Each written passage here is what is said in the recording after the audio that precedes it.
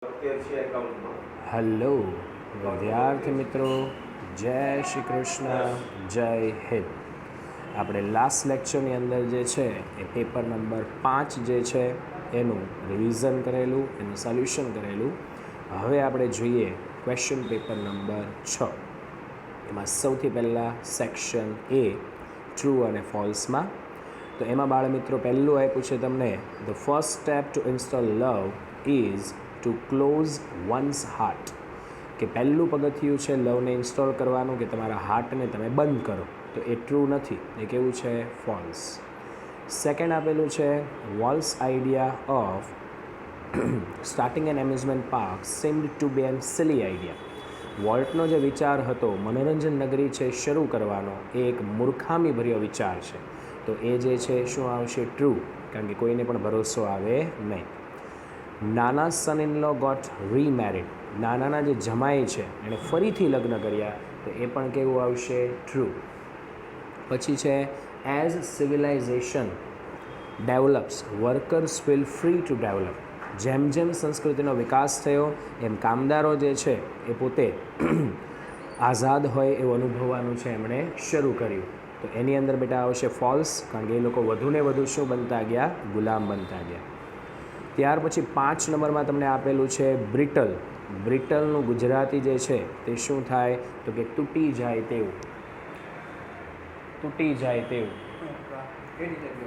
બ્રિટલનું ગુજરાતી થાય તૂટી જાય તેવું, અને ત્યાં જવાબ આવશે બેટા બ્રેકેબલ. શું જવાબ આવશે? બ્રેકેબલ. પછી આપ્યું છે એપ્રિશિએટેડ. એપ્રિશિએટેડનું ગુજરાતી થાય વખાણ કરવા.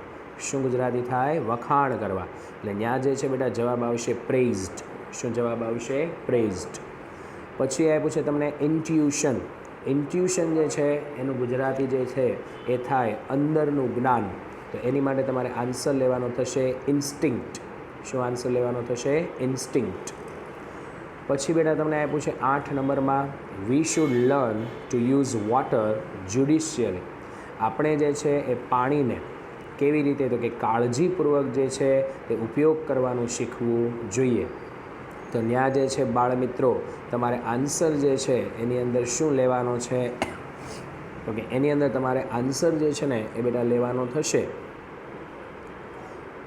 એક્સપ્રેસિંગ ડિઝાયબિલિટી. અને ડિઝાયબિલિટીનો મતલબ શું થાય? ઈચ્છા. પછી એ પૂછે don't leave appliances on standby mode. કે તમારે તમારા જે મશીન છે, એપ્લાયન્સીસનો મતલબ થાય મશીન, એને સ્ટેન્ડ બાય મોડ ઉપર છે તે રાખવાના નહીં. તો એમાં આવશે બેટા એક્સપ્રેસિંગ સજેશન. અને સજેશનનો મતલબ શું થાય? સૂચન. ઘણા વિદ્યાર્થીઓ વિચારતા હોય કે 8 નંબરમાં સર શુડ છે એટલે સજેશન ન આવે. સજેશન આવે બેટા, પણ આપણે સજેશનનો ઉપયોગ 9 નંબરમાં ફરજિયાત કરવો પડે એમ છે. એટલા માટે આપણે એનો બીજો ઓપ્શન લીધો, એક્સપ્રેસિંગ ડિઝાયબિલિટી. બરાબર. પછી તમને આપ્યું છે unless you get proper guidance you will be lost. કે જો તમને જે છે એ યોગ્ય ગાઈડન્સ ન મળે તો તમે જે છે તે શું થઈ જશો? હારી જશો. એમાં લેવું પડે એક્સપ્રેસિંગ કન્ડિશન, કારણ કે કન્ડિશન જે છે એમાં શું આવે? ઇફ અને અનલેસ. 11 નંબરમાં તમને આપ્યું છે teacher said get out of the class. વર્ગની બહાર નીકળો. તો એક્સપ્રેસિંગ અપોલોજી. અપોલોજીનો મતલબ થાય માફી માંગવી.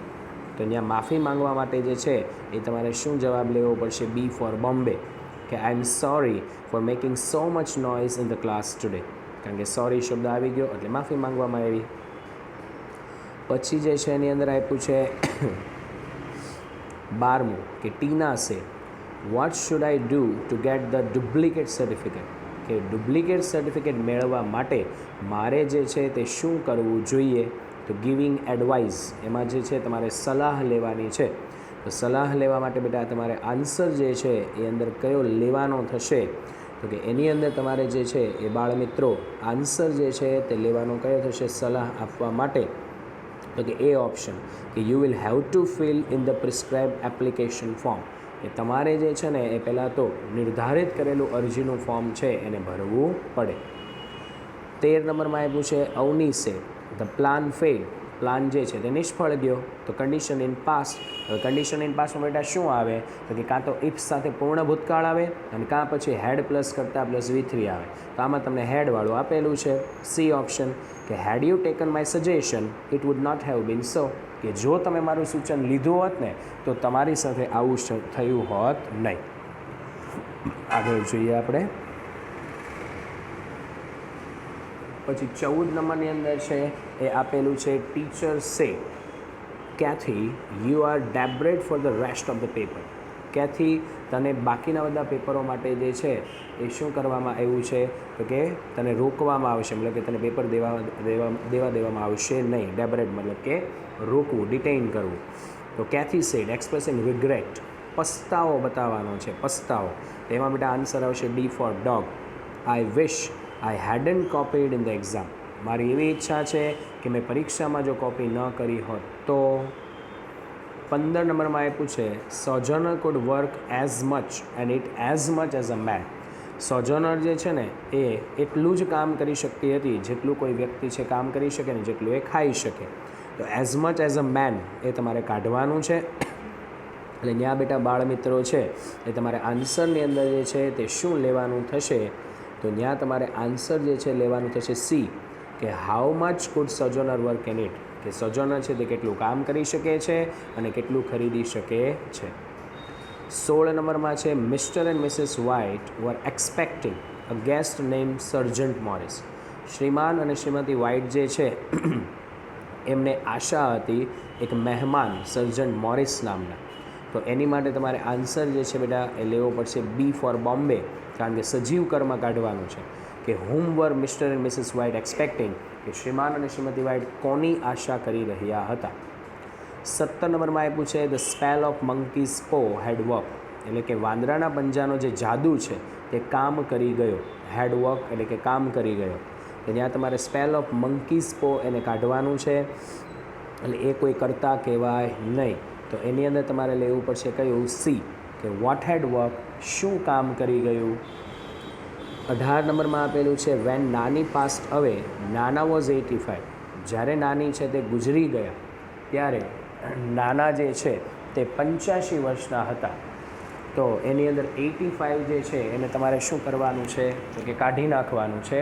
તો ત્યાં જે છે બાળમિત્રો તમારે આન્સરની અંદર જે છે એ શું લેવું પડશે તો કે સી, હાઉ ઓલ્ડ વોઝ નાના વેન નાની પાસ્ટ અવે. જ્યારે છે ને નાની ગુજરી ગયા ત્યારે જે છે તે નાના કેટલા વર્ષના હતા. બરાબર, એ તમારો આન્સર થશે. ત્યારબાદ આપણે બાળમિત્રો છે આગળ લઈએ ખાલી જગ્યાઓની અંદર. તો ખાલી જગ્યાઓની અંદર છે સૌથી પહેલાં એઝ ખાલી જગ્યા હેઝ ગ્રોન મોર કોમ્પ્લેક્સ. તો ત્યાં બાળમિત્રો આવશે સિવિલાઇઝેશન, અને સિવિલાઇઝેશનનું ગુજરાતી થાય સંસ્કૃતિ અથવા તો સમાજ. કે જ્યારે સમાજ જે છે એ વધુને વધુ કેવું બની ગયું તો કે જટિલ બની ગયું. The workers have become more and more enslaved. કામદારો છે ને તે વધુને વધુ કેવા થઈ ગયા, ગુલામ થઈ ગયા. Until today there are little more than parts of the ખાલી જગ્યા દે ઓપરેટ. તો ત્યાં બેટા તમારે લેવું પડશે મશીન્સ. બરાબર, ત્યાં જવાબ આવશે મશીન, કે જે મશીનો છે ને એને શું કરતા હતા, સંચાલન કરે છે.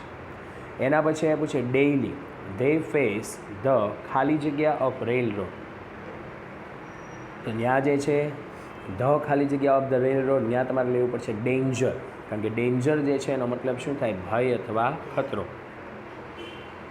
પછી જે છે આગળ જોઈએ આપણે, જેમાં આવશે 53 નંબરથી ખાલી જગ્યા tomorrow sir ask the peon. તો હવે એમાં છે ને સવાલ કરેલો છે, બરાબર, અને સિકિંગ પરમિશન એવું લખ્યું. તો પરમિશન જે છે ને બેટા એનો આન્સર શું થાય તો કે એમાં મે અથવા માઇટ આવે, અને એમાં સ્પેશિયલી કોણ આવે, મે, કારણ કે માઇટ તો ક્યારે લઈ શકાય, ભૂતકાળ હોય તો. એટલે જવાબ એમાં ડી ફોર ડોગ, કે મે આઈ ટેક અ લીવ. એમાં લીવ શબ્દ કપાઈ ગયો છે, આપણે ઓપ્શનમાં ઉમેરી દેવાનું કે ટેક પછી લીવ આવશે. ટી એન્જોય કરતાં કરતાં તમારો લેક્ચર શરૂ છે. પછી 54 નંબરમાં આવશે ખાલી જગ્યા જસ્ટ બી અ ટ્રેલ. તો તમે છે ને ફક્ત શું બની જાઓ, ટ્રેલનું ગુજરાતી થાય પગદંડી. તો કાઉન્સમાં એમ લખ્યું છે select the correct conditional sentence, તો મતલબ કે કન્ડિશનવાળું વાક્ય લેવાનું છે.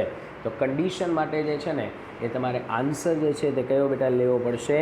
સી, કે if you can't B a highway, કે જો તમે હાઈવે ન બની શકતા હો, અને ત્યાં તમારે જે છે બેટા આન્સર લેવો પડશે ઇફ.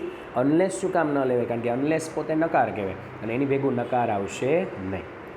આગળ જે બાળ મિત્રો આપણે આઈ આસ્ક માય સન, મેં મારા દીકરાને પૂછ્યું. કાઉન્સમાં લખ્યું છે એક્સપ્રેસિંગ ટાઈમ, સમય લેવાનો છે.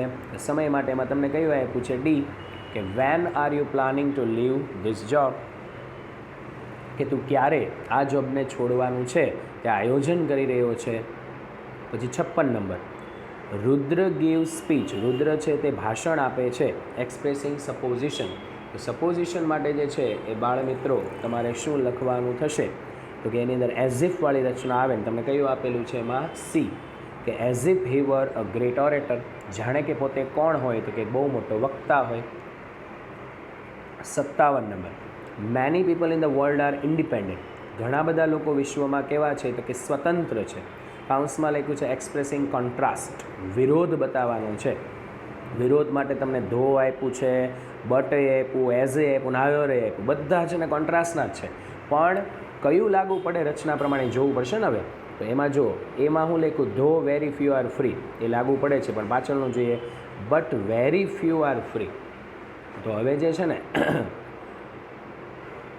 સીમાં લખ્યું એઝ વેરી, એઝ પછી કોઈ દિવસ એ આવશે નહીં, હાવ એવર વેરી ફ્યુ એ પણ નહીં આવે. તો આપણી પાસે ઓપ્શન હોય કે ધો વેરી ફ્યુ આર ફ્રી, છતાં પણ છે ને ઘણા બધા કે ઓછા મુક્ત છે. તો તમને હું યાદ કરાવી દઉં કે ધોની પાછળ કોઈ દિવસ પરિણામ ન આવે, ધોની પાછળ છે ને હંમેશા કારણ આવે. એટલે જવાબ તમારે લેવો પડે B for Bombay. But very few are free, કારણ કે બટ પછી હંમેશા બેટા કોણ આવશે? પરિણામ આવશે. ઓકે, આગળ છે આપણી 59 થી 62 નંબરની ખાલી જગ્યામાં ધ બેગર વોઝ ખાલી જગ્યા આઉટ હિઝ અપર ક્લોથ. તો એની અંદર બેટા આવશે શેકિંગ, કારણ કે વોઝ વર પ્લસ કેવું રૂપ આવે? આઈએનજી વાળું. એન્ડ ખાલી જગ્યા હિઝ ધોતી, એની અંદર આવશે ટાઇટનિંગ. ટાઇટનિંગનો મતલબ શું થાય? ફિટ કરવું. હી રેઝ હિઝ આઈઝ એન્ડ લુક્ડ, ખાલી જગ્યા એટ ધ રોડ, એની અંદર તમારે લેવું પડશે ફિયરફુલી. ફિયરફુલી મતલબ કે ડરથી. ગ્લિમિંગ ઇન ધ આફ્ટરનૂન, કે જે આફ્ટરનૂનમાં ચમકે છે. In the gleaming in the afternoon ખાલી જગ્યા, એની અંદર શું આવશે? હીટ. હીટનો મતલબ શું થાય? ગરમી. પણ કયું હીટ લેવાનું? HEAT, heat. ઓકે, તો અહીંયા બેટા તમારું 6થું પેપર પૂરું થાય છે, કે જેની અંદરથી આપણે શું લઈ રહ્યા હતા? MCQ. બરાબર. નેક્સ્ટ લેક્ચરમાં હવે આપણે જે બોર્ડ વર્કવાળું કામ છે એનાથી શરૂઆત કરીશું ગાલા અસાઇનમેન્ટના સોલ્યુશનમાં. તો નેક્સ્ટ લેક્ચરમાં મળીએ. ત્યાં સુધી જે છે જય શ્રી કૃષ્ણ, જય Hind, stay home, stay safe, by.